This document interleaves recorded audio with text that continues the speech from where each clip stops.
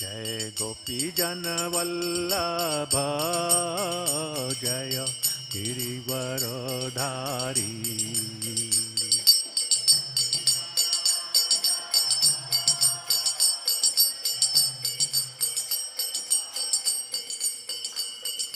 यशोदानंदन ब्रज जन रंजन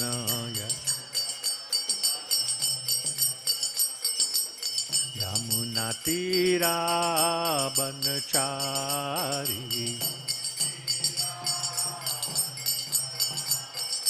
जय राधा माधव जय कुंज बिहारी।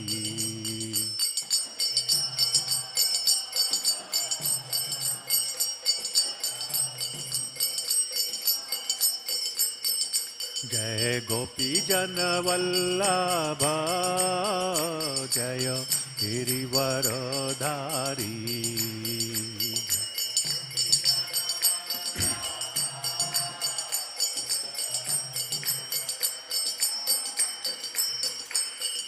यशोदानंदन ब्रज जन रंजन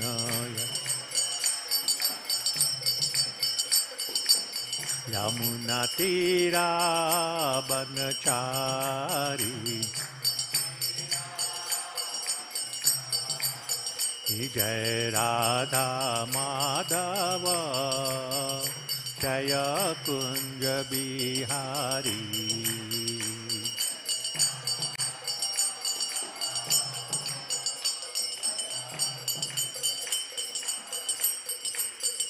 जय राधा माधव जय कुंज बिहारी।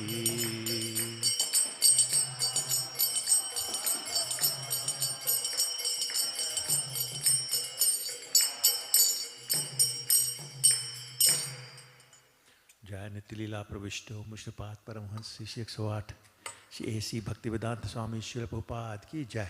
इस्कॉन फाउंडर आचार्य BBT फाउंडर आचार्य श्रील प्रभुपाद की जय।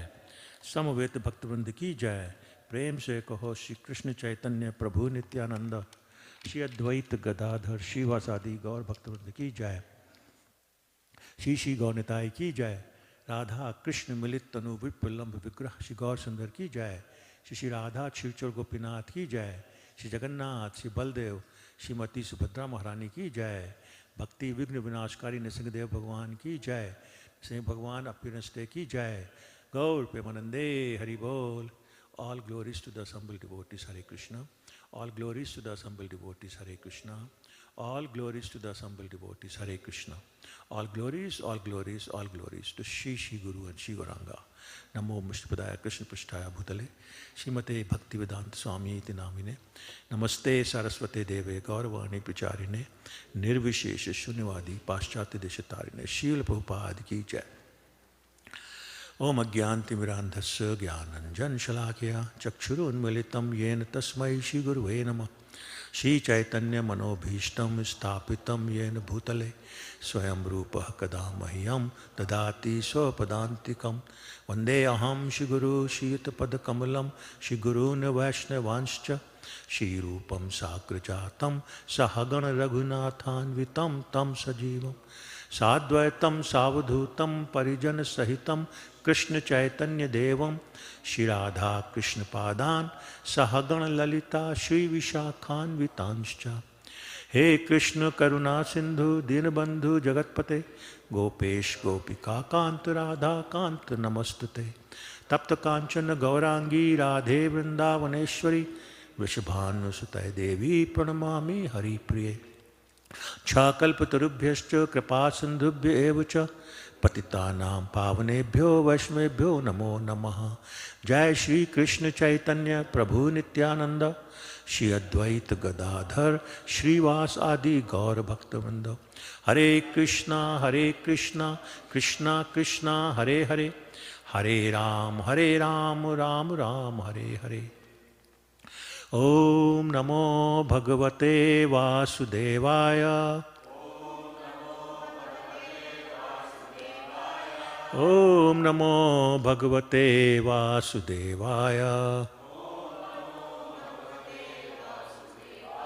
Om Namo Bhagavate Vasudevaya. Hare Krishna. So welcome to the most auspicious day, the appearance day of Srila Nrsimhadev Bhagavan. We're going to be celebrating this wonderful day by chanting, hearing the katha, discussing the pastimes, and fasting, and then enjoying prasadam, all this wonderful, and yajna in the afternoon. So we start by reading from Srimad Bhagavatam, Canto 7, Chapter 8, somewhere here. Yeah, Lord Nrsimhadev slays the king of demons. And we're going to be doing text 17. It's on the screen? Okay. So please repeat after me. Satyam vidhatum nijabhyatya bhashitam vyaptim cha bhuteshu akhileshu chatmanah adrishyatyati adbhuta rupam udvahan stambhe sabhayam namragam namanusham satyam vidhatum nijabhyatya bhashitam vyaptim cha bhuteshu akhileshu chatmanah adrishyati adbhuta rupam udvahan stambhe sabhayam namragam namanusham satyam vidhatum nijabhyatya bhashitam vyaptim cha bhuteshu akhileshu chatmanah adrishyatati adbhuta rupam udvahan stambhe sabhayam namragam namanusham.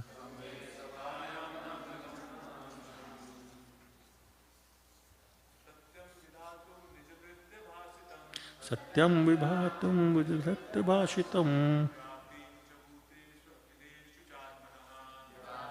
bhuteshu akhileshu chatmanah teshu rupam udvahan stambhe sabhayam namragam namanusham. Satyam vibhatum nijabhyatya bhashitam vyaptim cha bhuteshu akhileshu chatmanah adrishitati adbhuta rupam udvahan stambhe sabhayam namragam namanusham. Satyam vidhatum nijabhyatya bhashitam vyaptim cha bhuteshu akhileshu chatmanah adrishyatati adbhuta rupam udvahan stambhe sabhayam namragam namanusham. Mataji's.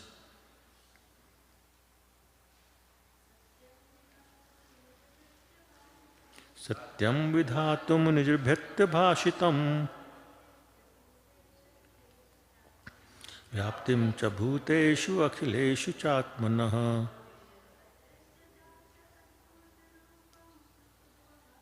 dishityati adbhuta rupam udvahan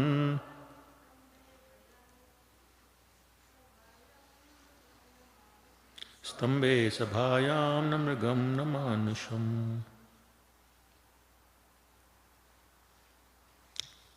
Satyam, true.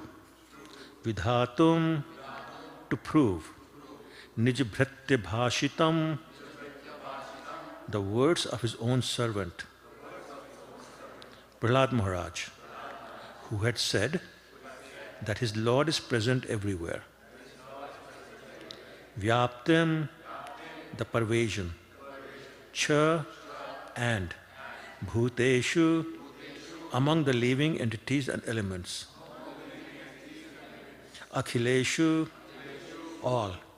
Cha, also. Atmanaha, of himself. Adrishyata, was seen. Ati, very. Adbhut, wonderful. Rupam, form. Udvahan, taking. Stambhe, in the pillar. Sabhayam, within the assembly. Na, not.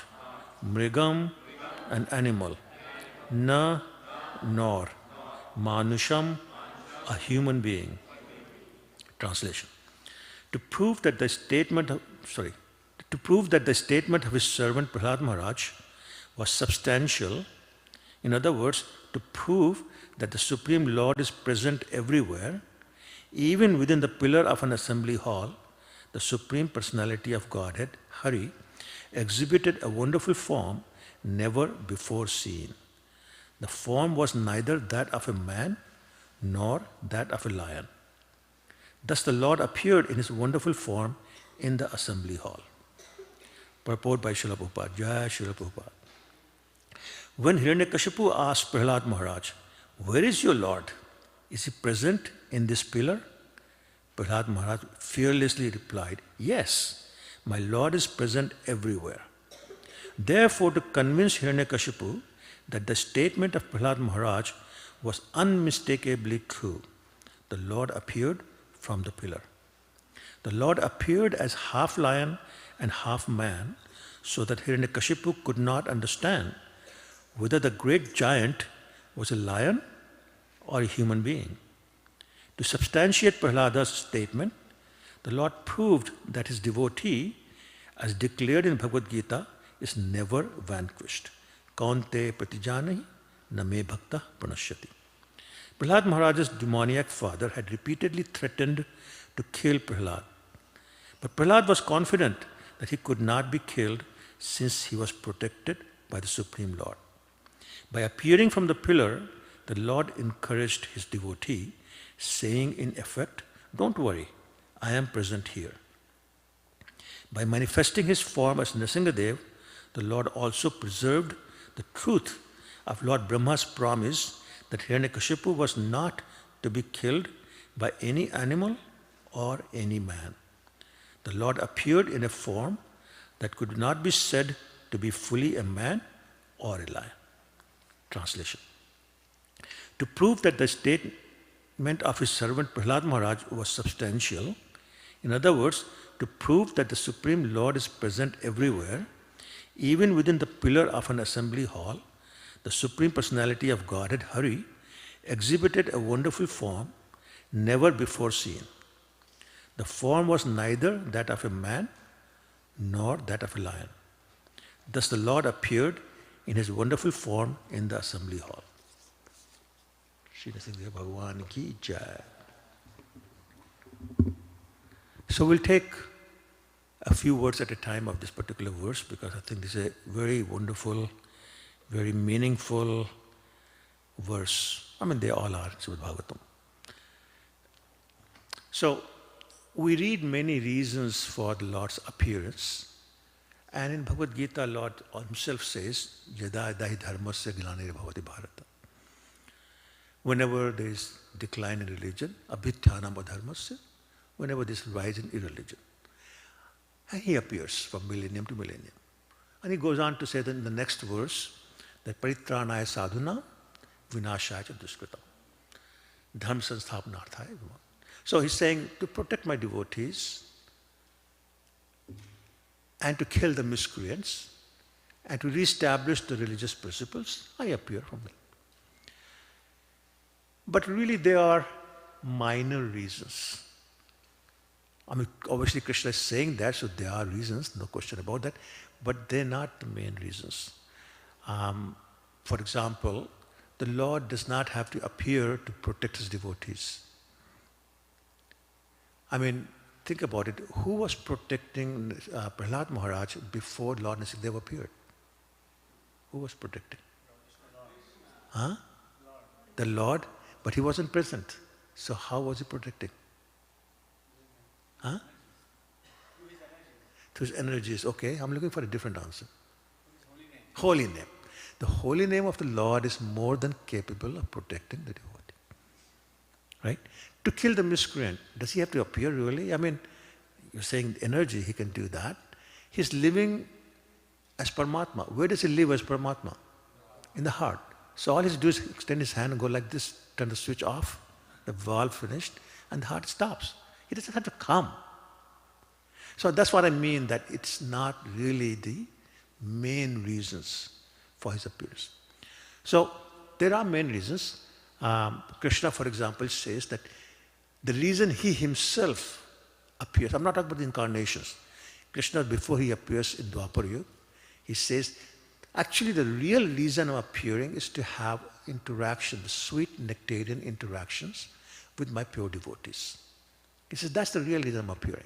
And then he talks about different mellows and how it is controlled by the pure devotees. He talks about all that. But he's saying, really the real reason is I want to have pleasure of interaction with my devotees, and I want to give them the pleasure of having interaction with me.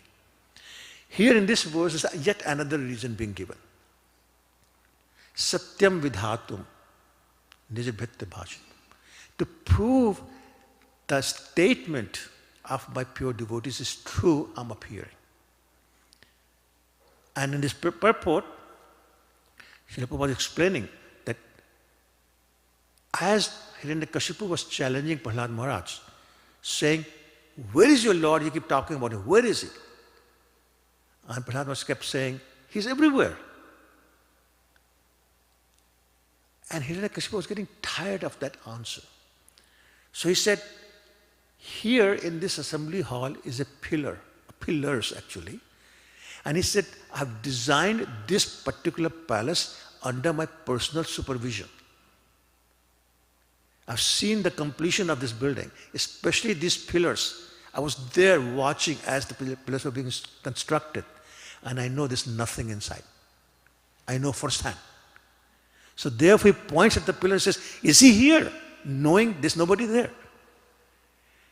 Prahlad Maharaj was able to see Lord Nrsimhadev smiling from inside the pillar. And with full confidence, he said, yes, of course he is. He is there. And that is when, as you know, Hiranyakashipu got so angry and so frustrated, he took his fist and hit on the pillar. And you all know what happened. But again, the point being made is that the Lord wanted to prove that my devotee's statement that I'm present everywhere is true. And we'll talk about that in a little more detail later on. Also at the same time, Lord wanted to prove the benedictions of another devotee of his to be true. And that is Lord Brahma. Lord Brahma had actually been, kind of cornered. He got into a situation not realizing what's going to happen. So he had the demigods come to him saying, we are burning with the fire. It's too hot. This fire is coming from this place, Mandarachal, and we're burning, so help us. So Lord Brahma said, okay, my children are asking me for help, so I'll go there. So he went there, found this place where the flame was coming from, didn't see anything but an anthill. And again, the story, I won't go to the details. He threw some water from his kamandal and out came Hiranyakashipu, who wanted to become immortal. And Brahma said, well, I can't do that. I'm not immortal. I only live short time frame of 311 trillion years, 55 million years. That's it. So I cannot make you immortal, right? And so he said, okay, fine. And then Hiranyakashipu is very smart. So he says, I'm going to just cover off all my bases. So, okay, I don't want to die daytime or nighttime. I don't want to be killed by a man or an animal. I don't want to be killed by anything living or dead. I don't want to be killed by anything you created. I don't want to die in land or air or sky or in the water. And he just tried to cover all the bases you could think of. And Lord Brahma said, okay. And then again, you all know the story, so Hiranyakashipu got those benedictions, and he said, I'm going to take the revenge of my brother's death, which is Hiranyaksha killed by Varadev, which is Vishnu. And he said, Vishnu will become weak because he gets strength from the demigods. Demigods get the strength from the oblations and the fire sacrifice. If he stops the fire sacrifices, demigods will become weak and Vishnu will die. That was his logic. Anyway, so he does all that. And the Lord said that I'm going to keep the sanctity of the benediction given by my devotee Brahma, and I'm going to find a loophole, and again we'll talk about this in a minute, and do the killing anyway. So he comes, he appears, he does what he needed to do, while at the same time keeping the truth of the statements by Prahlad Maharaj and Lord Brahma, and that's why he says Satyam Vidhatum, keeping the truth of that.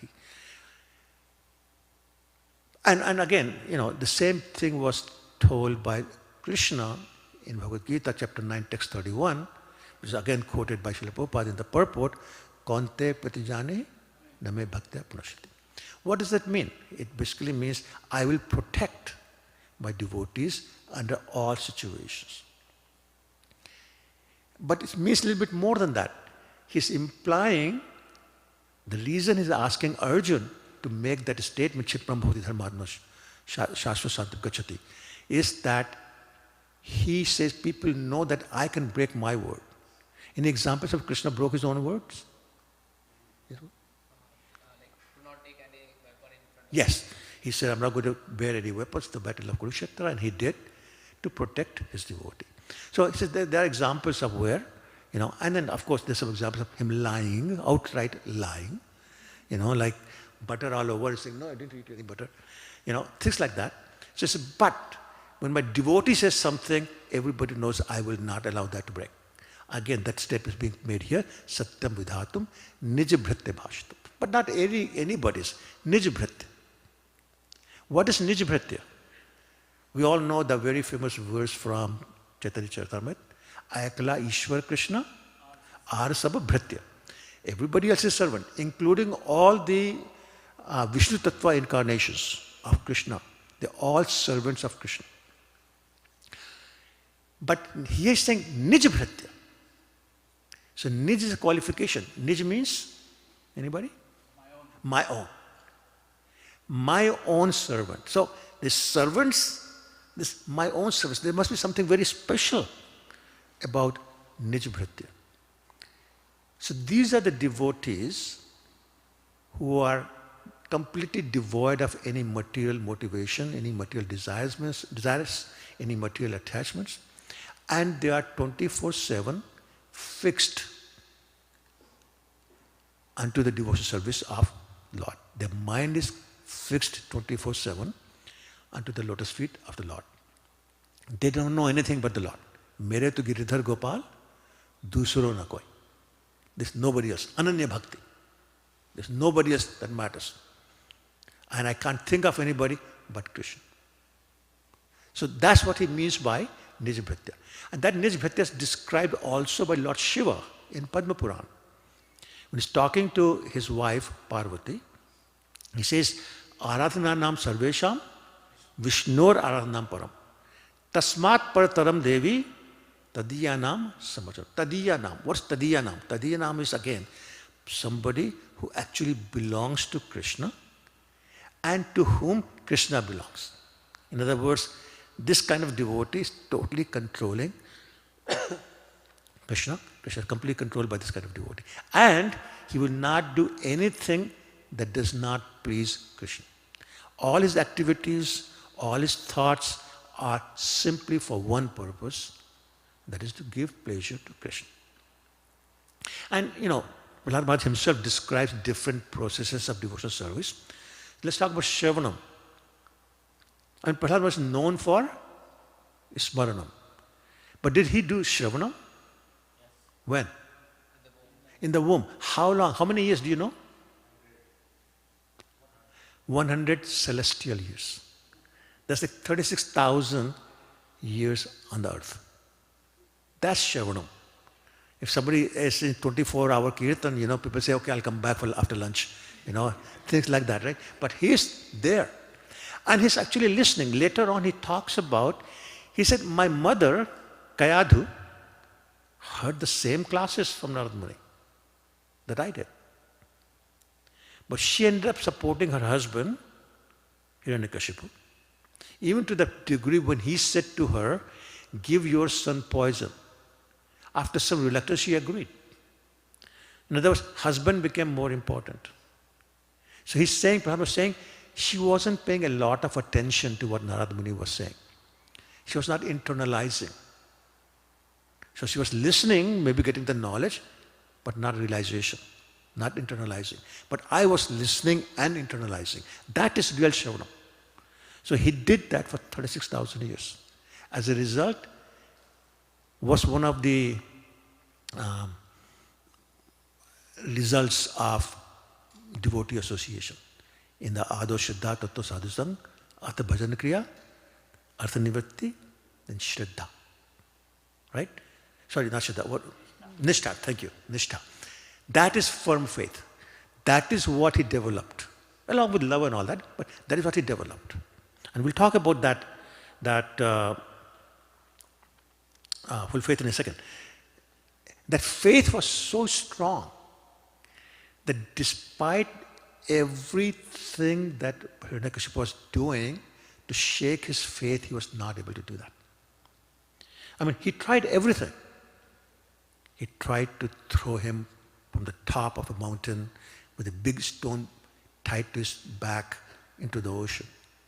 He tried to get him stoned by mad elephants, throw him in the dark well full of scorpions and snakes, tried to burn him in the fire, tried to get his wife to give him poison in a kheer, pierced by the spears, so many different ways.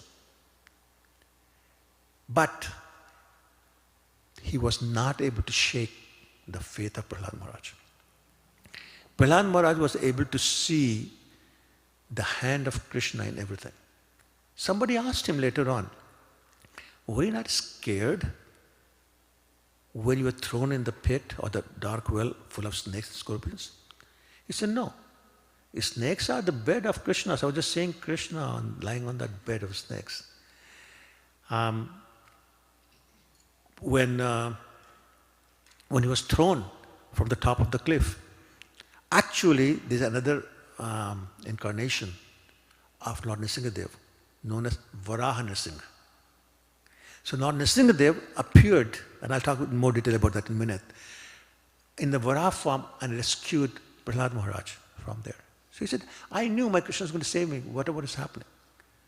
All I had to do was take his name.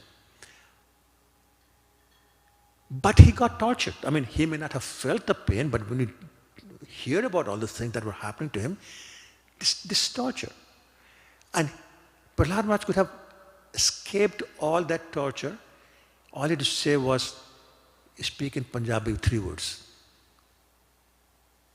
Daddy ji, tusi great ho. That's all he had to do. You're great. That's all he had to say. And everything would have stopped. But he will not do that. Right? He will not do that because his faith is Krishna is the supreme. Krishna is the greatest. And a little bit of torture is not going to shake my faith. And that faith came from that Shravanam, that devotee association, even before, like Prahlad Maharaj never saw his guru in his Vapu form. He can't really see from inside the womb. He only heard. So all he had was Vani. But that Vani was so powerful for him that he became Prahlad Maharaj.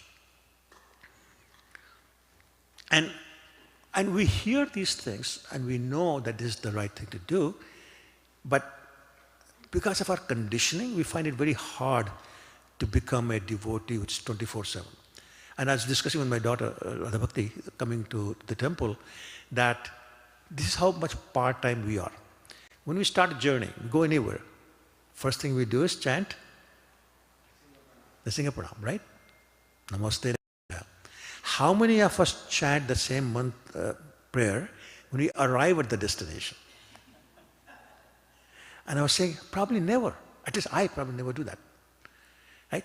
That's what I mean by part-time. Matlab nikal gaya, now I've got my purpose solved, I'm protected, now I'm okay, I don't have to chant your name again. But not Prahlad Maharaj. He was doing it even after he had been saved. And of course, he was doing this all the time.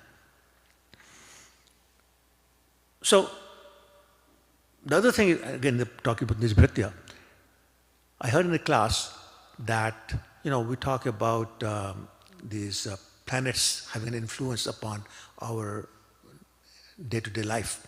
Rahu lag gaya, Shani lag gaya, all these planets have this great influence upon what's going to happen in our life. So, and there are 12 different planets that have that effect, depending on which house they are in and what happens. But somebody said, the Griha, the planet that had affected Prahlad Maharaj was Krishna Griha. So Prahlad was known as Krishna Griha Grihita, means he's impacted by the planet Krishna. And we can all imagine the influence of planet Krishna on anybody's life. So therefore, he was able to see Krishna's hand in everything. Like somebody said, Laddu mila to Krishna ka hand, Thappad mila phir bhi Krishna ka hand. And that's what Prahlad Maharaj was saying, no matter what happened. This is Krishna doing it, and, Rakhe Krishna mare ke, Krishna is going to protect me, who's going to kill me? And I don't have to worry. Why should I worry when Krishna is there taking care of me? Again, think of an example of a 4-year-old child, no worries. He runs across the street, climbs up walls and this and that, because he knows my dad is there to protect me if something happens, he'll take care of me. And that is how Nijbhritya acts. So, in this particular verse, the recognition of Prahlad Maharaj being Nijbhritya, and Lord Narsimha Dev is coming to prove his statements true. Satyam vidhatum Nijbhritya bhashita. Whatever he said, he's going to prove. Next line says, is the line there? Yeah, just put the, yeah. Vyaptim. Vyaptim is a, very interesting word. It has two meanings, one in the context of time, one in the context of space. So Vyaptim means all pervading. And we know that from Brahma Samhita, right? Anantarastha paramanuchaya antarastham. Chapter 5, text 35. So he is Paramatma feature. He pervades all atoms in the universe. So in that way, he's present everywhere. And in the context of Nrsimha Bhagavan, we'll talk about how he's present everywhere in a minute in more details. But the other concept is the time-wise, which means Sambhavami Yuga Yuga. The Lord appears from time to time to time, depending upon the need of the time and depending upon the desire of the devotee. So, as we were talking before, the Lord appears to satisfy the desire of his devotees. The Lord appears to also, whatever the need of the time is, and the Lord assumes the form according to the desire of the devotees or the need of the time. So he's not stuck that human is the best looking form, therefore I'll only appear as human. The first incarnation of Krishna is Matsya avatar. Then he appears as Kurma avatar. Then he appears as Varaha avatar. None of them are human forms. And it's as if Darwin's theory of evolution is being proven that next time he appears half man, half woman. But that's not true, I'm just kidding. But my point is, he's not hung up on what he looks like. Whatever form he looks like is beautiful and is amazing. So it's Vyaptim in that sense also. Trillions of incarnations and probably trillions of different forms. And most of them we don't even know. So let me talk about some of the other less famous forms of Lord Nrsimhadev in different pastimes. So there's one pastime, this is in different Puranas, that there was a man by the name of Vishwaksen. And he was like a wanderer. He was constantly traveling. He was not a sannyasi. Actually, he was a womanizer. But he was traveling from place to place to place. So one time he was traveling through a village and it was night time, so he needed a place to stay. So he went to the chief of the village. They call Mukhya in Hindi. He went to the chief and said, can I find a place to stay somewhere? And the chief said, yeah, you can stay in my house. So that's great, thank you very much. He went there. And then the Mukhya said that, I'm getting very old now and I have a Shivalinga that I'm not able to worship. So can you worship my Shivalinga today? And Vishwaksen said, I'm sorry, I don't know how to worship Lord Shiva. I've never worshipped Lord Shiva. I'm a Narsimha Bhakta. So I only know how to worship Lord Narsimha. So the Mukhya said, it's very easy. Just pour water and put some bay leaves. That's all you have to do. And chant Om Namah Shivaya. So he said, okay. So he took the water, he was pouring the water, he was putting the bay leaves, but he couldn't say Om Namah Shivaya because he was just not used to it. From his mouth, only words will come out is Om Namah Nisinghaya. Om Namah Nisinghaya. So he's chanting that and putting the water and the bay leaves on Shivlinga. So when the Mukhya heard that, he got very angry. He took a knife and lunged at Vishwaksen. How dare you say that? And Lord Nrsimhadev appeared. And he protected his devotee Vishwaksen. So that's one pastime, his appearance. There's another pastime where there was a disciple of Shankaracharya. And somehow he was a devotee of Nrsimhadev. So one time he was passing through a forest. I was getting, I think it was early in the morning actually. He decided to sit down and meditate upon Lord Nrsimhadev. So sitting down, saying Nrsimha, Nrsimha, Nrsimha, Nrsimha. And a hunter walked by. And he heard. So he said to him, what are you chanting? Are you calling somebody? And he said, yes, I'm calling my Lord Nrsimhadev. And so the hunter said, where is he? And he said, my Lord is everywhere. And he said, the hunter said, in this forest also? And he said, not just this forest, every forest, he's everywhere. And the hunter said, I've been, like 3-4 generations of mine have been living in this forest. I was born here, I was brought up here. I know every little corner of this forest. I know every animal, every bird in this forest. So if he sees in this forest, I'll find him. And the disciple said, stop talking nonsense, you will not find him. Just go away, let me just call his name. I said, no, I really want to help you. If you're calling him, he's not coming, I'll find him. And so this disciple started mocking him, and the hunter said, okay, this is serious. I'll tell you. Let me describe to me what he looks like, let me go and find him. If I don't find him by the evening, I will cut my throat with the sword. So he said, fine. She described him, he looks like half lion, half man. You know, the hunter said, okay. Whole day, the hunter was going from corner to corner of this forest, saying, Narsimha, Narsimha, Narsimha, Narsimha. All day was chanting that name, looking for somebody who looks like half man, half lion. Didn't find. So the evening time came, and he said, he went to the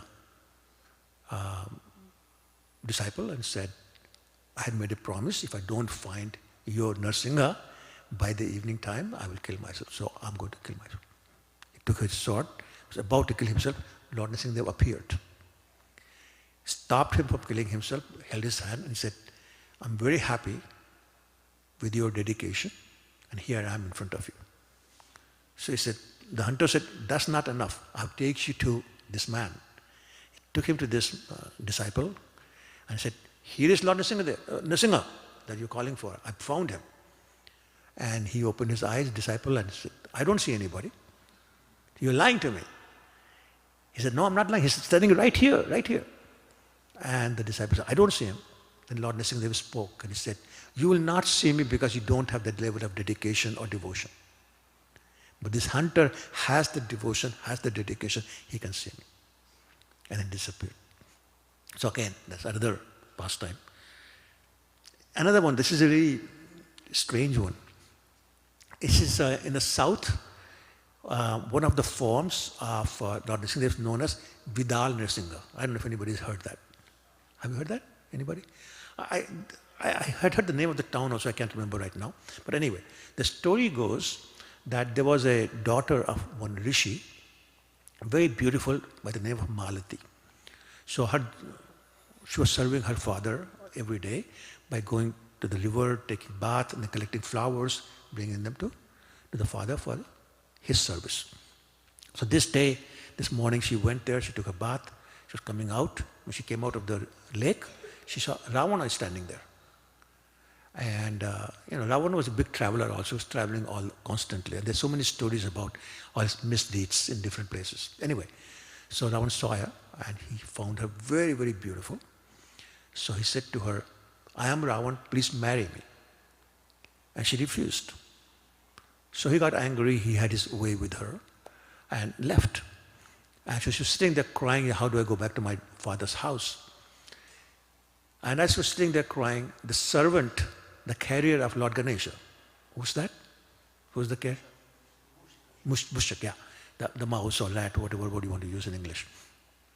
Anyway, he came and he said, my dear lady, why are you crying? So she explained the whole thing. I said, can you please take me to my father's house? But he also kind of, became a little lusty, had his way with her, and he left also. She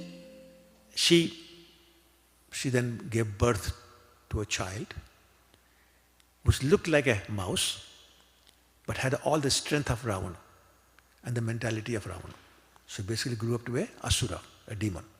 And was harassing the villagers, everybody else, really bothering them. This is now Treta Yuga. I should have mentioned, which yuga did Lord Nrsimhadev appear? Satyuga, okay. Dwapar? That's definitely no. The first, the one we're talking about. Anybody else? Nrsimhadev. Okay. So basically he appeared. Let me explain. It's not like a day and, it's not like a cliff that you're going there and you fall down, right? So it's like you have day, you have night, you have Sandhya. It's in between time. So similarly with the ages change, from Satyuga, Treta to Dwapar, Dwapar to Kali Yuga, there's a period of overlap. It's called Sandhya. So I think it's about 250,000 years long. So as Satyuga is finishing, Treta is starting, there's that in-between period. So Lord Nrsimhadev actually appeared in that Sandhya. So Satyuga was just ending, but Treta had not really started that time. So anyway, so then Treta Yuga came, Lord Ram appeared. And as he was wandering, he passed through this particular village where Mushchik Asur was harassing the villagers. So they told Lord Ram about this demon and said, please kill him. He's really harassing us. So Lord Ram took the form was now known as Vidal Nrsimha, which is the form that the face of a cat, body of a lion, and the legs of a human.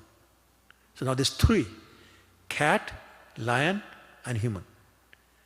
And the reason he did that is that who's mouse most scared of? A cat. So the cat face. And then he'd be chasing this demon. But the rats or the mouse like to hide where? Where do they like to hide? A hole in the ground, right? Bill. So this rat would keep hiding in those holes, and the Lord in the Vidal Nrsimha form would be chasing him in all these holes in different places.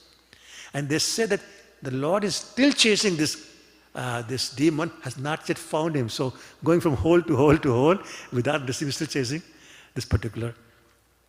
Anyway, so that's another appearance of Lord Nrsimhadev. Then, of course, who's heard about Ahobilam? Anybody heard of Ahobilam? Anybody been there? You been there? Oh, okay. You been there? Okay, great. Yeah, I've been there also. Wonderful 9 forms of Lord Nrsimhadev there. I would talk about Varaha Nrsimhadev, that form is there. There is Jwala Nrsimhadev. This is the angry form of Lord Nrsimhadev. Actually, it is said, I've been there, so I know, there's the small temple. And beside that is a little pond with red water. The water is still red. It said that Lord washed his hands after killing Hiranyakashipu, and therefore that water is still red. Actually, if you've been to Navadvip, to Narsinghapalli, anybody to Narsinghapalli? Okay, so there's a big, nice temple of that, Lord Nrsimhadev, and beside that is a pond, right? And they said that's also the place where he washed his hands. So different kalpas, maybe a different types of pastime, but my point is that he appeared in different places. So similarly, Yogananda form, Bhargava, Nrsimhadev form, 9 different forms of Lord Nrsimhadev in the place called Ahobilam. Actually, there's 2 names, Ahobilam and Ahobalam. This was the first appearance was the Lord appearing in this hole. So the demigods were saying, Bill means hole in the ground. And not the bill that you get in the mail. So he says, means, look, great. Oh, Bilam, in this hole the Lord has appeared. And then also seeing the strength, oh, Balam, the strength of the Lord. Look at that. So Bilam or Balam, name of the same place. Lord Ram went there, Lord Shiva went there, so anyway. So Vyaptim, I was coming to Vyaptim. So Vyaptim is space and different times, all these different times, Lord keeps appearing in different forms, different incarnations. Then he says, Adrashta ati adbhuta rupam udvahan, the third line. Right, is there? Yeah. So Adrashta means never before seen. It was never before seen in many ways. One is when he appeared, the size. It is said that his mane was above the clouds. As he moved his head, the clouds were being scattered. That's how high, how big he was. And when Hiranyakashipu, who was himself very big, saw it, he couldn't understand. He didn't say, who is it? In Bhagavatam he says, he thought, what is it? Namrigam manusham. He can't understand what this is. And initially he couldn't even understand where the sound is coming from. And talking about the sound, when he appeared, he roared. And Brahma is sitting where? The highest planetary system, right? Brahmalok or Satyalok, right? He heard it there. And he almost fell off from his chair because he thought the two planets had collided. That's how loud this was. You can imagine. Hiranyakashipu almost fainted. The only person who actually stayed calm and quiet was Prahlad Maharaj. Then talking about the size, as he was fighting with Hiranyakashipu, he was actually playing. Do you know what time he appeared? Approximately? Huh? No. This is why I asked the question. He did not appear at dusk. Yeah, he killed at dusk. What time did he appear? Around what time did he appear? He appeared around noon. He appeared around noon, right? And for almost 9 hours, 8-9 hours, whatever, the fight was going on. But the Lord was simply playing. He wanted to have fun. Because one of the reasons he appears in these forms is he wants to satisfy the itch he develops in his muscles. I got to fight with somebody, it's too quiet here. The Sheshnag doesn't do anything. Lakshmi is only massaging my feet and there's nothing else. So he gets itchy and then he creates these pastimes. Anyway, he was fighting with him and the demigods were watching. And demigods are funny. They are very selfish in that they want their protection. And so sometimes it will look like the Lord is just about to kill him. And all these demigods will come out from behind the clouds and starts, clapping and showering flowers and all that, while Lord is going to win. And then Lord will let him go. And it would look like Hiranyakashipu is winning. And then they'll hide behind the clouds, the demigods. Why? Because they were afraid if Hiranyakashipu sees them cheering the opponent of Hiranyakashipu, he'll get mad and kill us when he finishes his job. So they were hiding when Hiranyakashipu looked like he was winning, and they were cheering when it looked like the Lord was winning. So anyway, and the Lord was so big, this one part of the story, that one time Hiranyakashipu lunged at the Lord. And the Lord stopped him with his hand like this. And at that point, Hiranyakashipu disappeared. And the Lord actually was looking, almost bewildered. Where did he go? Where did he go? He couldn't find him anywhere. And then sometimes, if your hands are wet, you go like this, dry your hands. He went like that. Hiranyakashipu came out of between his nails. So he entered the inside of his nail. That's how big the Lord was. So imagine Hiranyakashipu himself being so big, and the Lord having enough room between his nail and the skin that he hid in that place. So again, I'm trying to give you an idea of the size of the Lord when he appeared. And then of course, after he had killed Hiranyakashipu, he had gone out of the palace where all the soldiers were running towards him. There he takes the 1,000-armed form and he kills all the soldiers with his nails. As he was fighting with Hiranyakashipu, sometimes he'll have a 8-hand form, sometimes he'll have 16-hand form. And that's why you see different pictures of Lord Singh. They have a different number of arms. It's just depicting different times of that battle. going on between, and then, yeah. And finally, when the Lord said, okay, enough, it's now dust time, Lord threw Hiranyakashipu in the air. This is according to Hari Bhakti Shuddhodaya. And very, very high, obviously, as Hiranyakashipu was falling down, he finally appreciated the potency of the Lord. And for the first time in his life, he felt awe and reverence for somebody. First time in his life. So when he fell down, Lord Nrsimha arranged it so that he fell on his lap, right at the door of that palace. So he could satisfy all the conditions for which Lord Brahma had given the benediction. Not in the land, not in the sky, so on the thigh.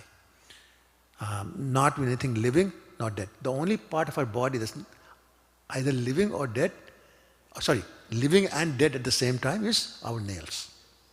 The dead bone, but they grow, so they're living. Right? So he uses nails.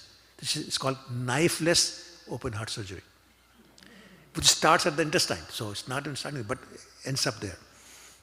Right? And of course, not daytime, not nighttime. And all the other conditions, not water, not air, so on and so forth. And he does his thing. And of course the form itself was Namrigabda Narsham to satisfy another condition of the benediction that he had given. Anyway, it's getting close to the time, so I'm going to wrap up. Just want to say that another lesson that we can learn from this particular pastime is the Lord's attitude towards his devotees. The Lord says, no matter what the situation is, no matter what the conditions are, no matter who it is, if anybody is going to bother my devotee, I'm going to be there to protect the devotee. I'll find a loophole in whatever conditions have been put, like in this particular situation, and use that loophole to protect my devotee and kill the miscreant. What that means is that the Lord is always worrying about his devotee. He's always thinking about how I'm going to protect him, not just him, but his devotion as well, his spirituality as well. And he's constantly worrying about his devotees. He wants to satisfy all the desires of the devotees.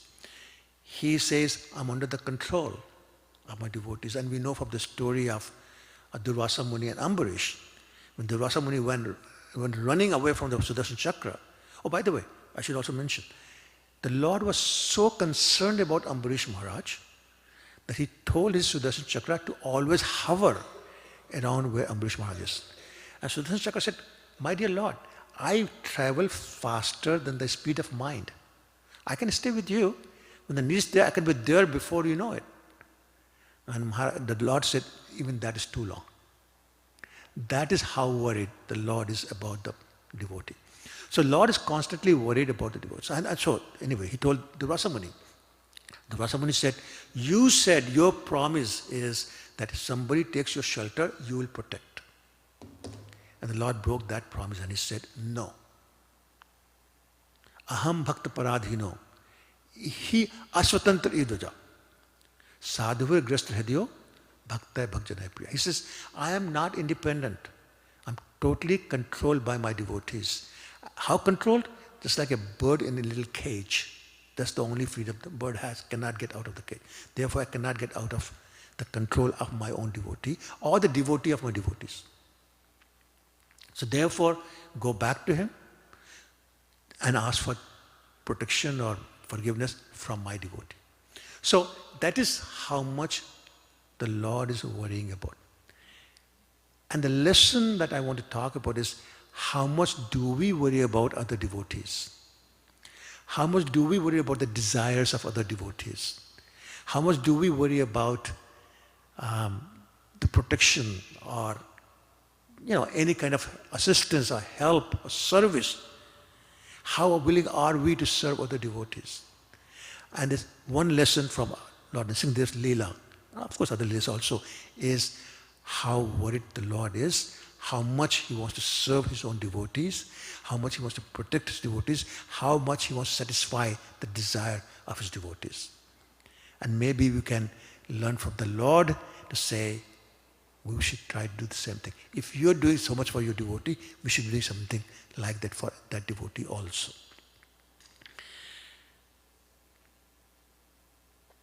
Let us show that eagerness. Let us show that desire. Let us show that inclination to serve other devotees in whichever way, whichever form they need it. Because serving the devotee, Krishna says, is better than serving him.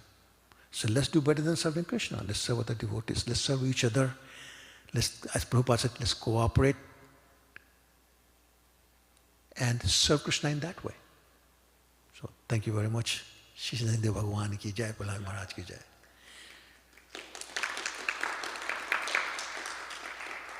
I don't know if you have time for questions, but if there's time, I'm happy to take questions. Yes, Prabhu. Prabhu, Hiranyakashipu tried in so many ways to kill Prahlad, and each time there was failure. So, and the people the personalities that he employed in trying to kill Prahlad were all very highly competent persons in the art of killing. And every time he saw that it's a failure. So what gave him the confidence that he could do it when so many times this boy had been somehow or the other magically protected? Thank you, Prabhu. That's a wonderful question. Actually, we'll talk about that tonight also, that particular point. And one of the reasons, how does the prayer start? Namaste, right? Na implies false ego. Ma implies mamatva, which means the sense of proprietorship. So we are suffering from false ego. We're suffering from the mamatva, which is it all belongs to me. So Hiranyakashipu could not get beyond the thought process of everything, all the 14 planetary systems belong to me. Everything that's there belongs to me. It's for my enjoyment. And I am the most powerful. There's nobody more powerful than me. So any thought of Krishna being the proprietor, any thought of Krishna being the more powerful personality would not enter his mind. All he could see was that all these demigods are my menial servants. Indra was taking care of his horses. Other demigods were cooking for him. Other demigods were cleaning for him. And when he raised his eyebrows, they all almost fainted. Right? That's what he was used to. So he couldn't think anything beyond that. So therefore, if you being a soldier or somebody else, couldn't kill him, that's your fault. So maybe I should kill you. It's not his failure, it's your failure. Somehow I can't get good help these days. It's so hard to get good help. So that was his conclusion. It never occurred to him that Vishnu is above Brahma. It never occurred to him that, hey, that Vishnu who killed so easily his brother Varaha, that's why, Hiranyaksha, is somebody more powerful than him. It's never occurred to him. He would not consider the possibility. He would not entertain that possibility. Therefore, he could never come to the conclusion that I'm failing. I don't fail. Everybody else fails. I'm always successful. If only I had better help. And that is why at the end he says, I have only incompetent soldiers. Therefore I got to do this myself. But for 1 second, he did get defeated by Prahlad Maharaj. He says, Prahlad, imagine, actually I remember when the Lord Nrsimhadev in Mayapur was going to be established and they were looking for somebody to carve the deity. They said, we want Prahlad Maharaj also. And what's the word they use for the person? Sthapati, thank you. He said, if you want Prahlad Maharaj also, I have to make it in proportion. And the size I'm thinking about, if I have it in the same proportion, Prahlad Maharaj would look like this. It has like something like 132, factor of 132. So therefore I cannot do that. And they said, okay, fine, don't make it in proportion, but whatever you can bear, it is neat. My point is, Hiranyakashipu was also very large compared to a 5-year-old boy.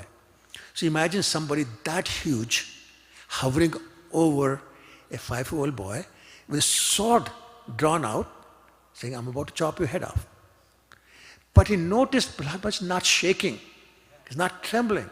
He's looking calm, cool, collected, right? No fear on his face. Then he got scared. And he said, Prahlad, I don't understand. Where is your strength coming from? How come you're not scared? And cool Prahlad Maharaj said, my strength is coming from the same place that yours is coming. That was the only time Hiranyakashipu trembled a little bit. Of course, until at the end when Lord himself showed up. Understand? Anyway, I hope I answered your question. That it just never occurred to him. Never occurred to him. Even when he saw his own sister burn in the fire, he said, the benedictions are not true. You know? Okay. Any? Yes, Prabhu.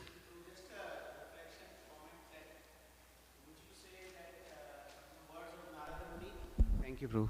Words of Narada Muni to Nala, Kuvera and Manigira, would that also come under the same situation where the Lord appeared to satisfy, or was it meant to be? Absolutely. As a matter of fact, in the description of Damodar Leela, it is said that after the Lord had been playing with the boys, after he's been bound, he told the boys to go into the house of every gopi who had come to make fun of him as he was being tied with a rope, to go to their house and steal butter and bring it over. We'll have a butter party. So all of them went to the different gopis' houses. They brought the butter, they had a butter party. But at that time, the Lord said, my devotee Narad, so many years ago, had benedicted these two people to get mercy from me. And so he started playing the game of, let's jump up and down. So as he was jumping up and down, he was also crawling towards he didn't want to run to the trees because the boys will make sound or noises, or Krishna is running again, and Yashoda will come and stop him. So going very slowly, almost imperceptibly, to do this. But he remembered that and he said, I got to do this. So yes, absolutely. Yeah. And so, there are many, many situations where the Lord does things to simply make the words of his devotee true. And this is why we say a lot of times the devotees curse is not a curse. It's a blessing in disguise, but they're making sure the Lord will. Like even the example of Gajendra. King Indradyumna was cursed by Agastya Muni. But you say, why did, he didn't really do anything wrong. He was just meditating, he didn't see. Right? Parikshit Maharaj, the same thing. He didn't do anything wrong, he was meditating. But in both cases, there was misbehavior. Right? Or perceived misbehavior anyway. So one became Gajendra, and Parikshit Maharaj heard from Shukadeva Goswami. But here's the point. If Indradyumna was not cursed by Agastya Muni, who knows how many more lifetimes he would have had to take before he would get liberated. But this way he got liberated in the next life. Similarly, Parikshit Maharaj, who knows? But he got liberated after 7 days. So my point again is that yes, Krishna knows these things, and this is why these curses are more like benedictions to expedite your travel back to Godhead. Okay? Anybody? Yes, bro. So, sorry, I just had a question. Is there any specific meaning and significance to the name Prahlad? Like any Yes, specific? So actually, Prahlad basically means somebody who's happy. So there were 4 brothers and 1 sister. So Ahalad, which means pleasure or happiness, Sahalad, Anulad, and Prahlad. And I forget the sister's name now. I knew it, but I forget. Anyway, so they all had Ahlad in their name. But Prahlad basically means constantly happy. And this is very meaningful because also, even as Prahlad was being tortured and all these schemes were being made to kill him, he was feeling the pleasure of the presence of Krishna. He could see, as I was saying earlier, the hand of Krishna in all these things. And he said that, and I mentioned that I think already, that when he saw the snakes, he saw the bed. When he got the poison in the kheer by his own mother, right? He saw Lord Shiva being benedicted to hold the wish. And when he saw his aunt taking him in the fire, he saw the fire sacrifice going as representing the mouth of the Lord. So he was getting pleasure from seeing the hand of Krishna in everything. So hence the name Prahlad became more meaningful. I'm sure Hiranyakashipu did not know all that, but he get prompted by the Lord to do those things. Yeah. Okay. All right. Thank you so much. Hare Krishna. पंचाकल्पतरुभ्यश्च कृपा सिन्धुभ्यैव च पतितानां पावनेभ्यो वैष्णवेभ्यो नमो नमः। अनंतकोटि वैष्णववृंद की जय।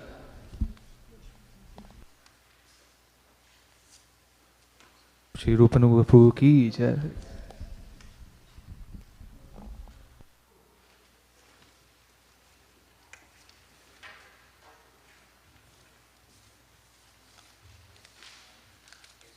Thank you, Prabhu. Thank you very much. Where is everybody? Is Bhakti getting missing?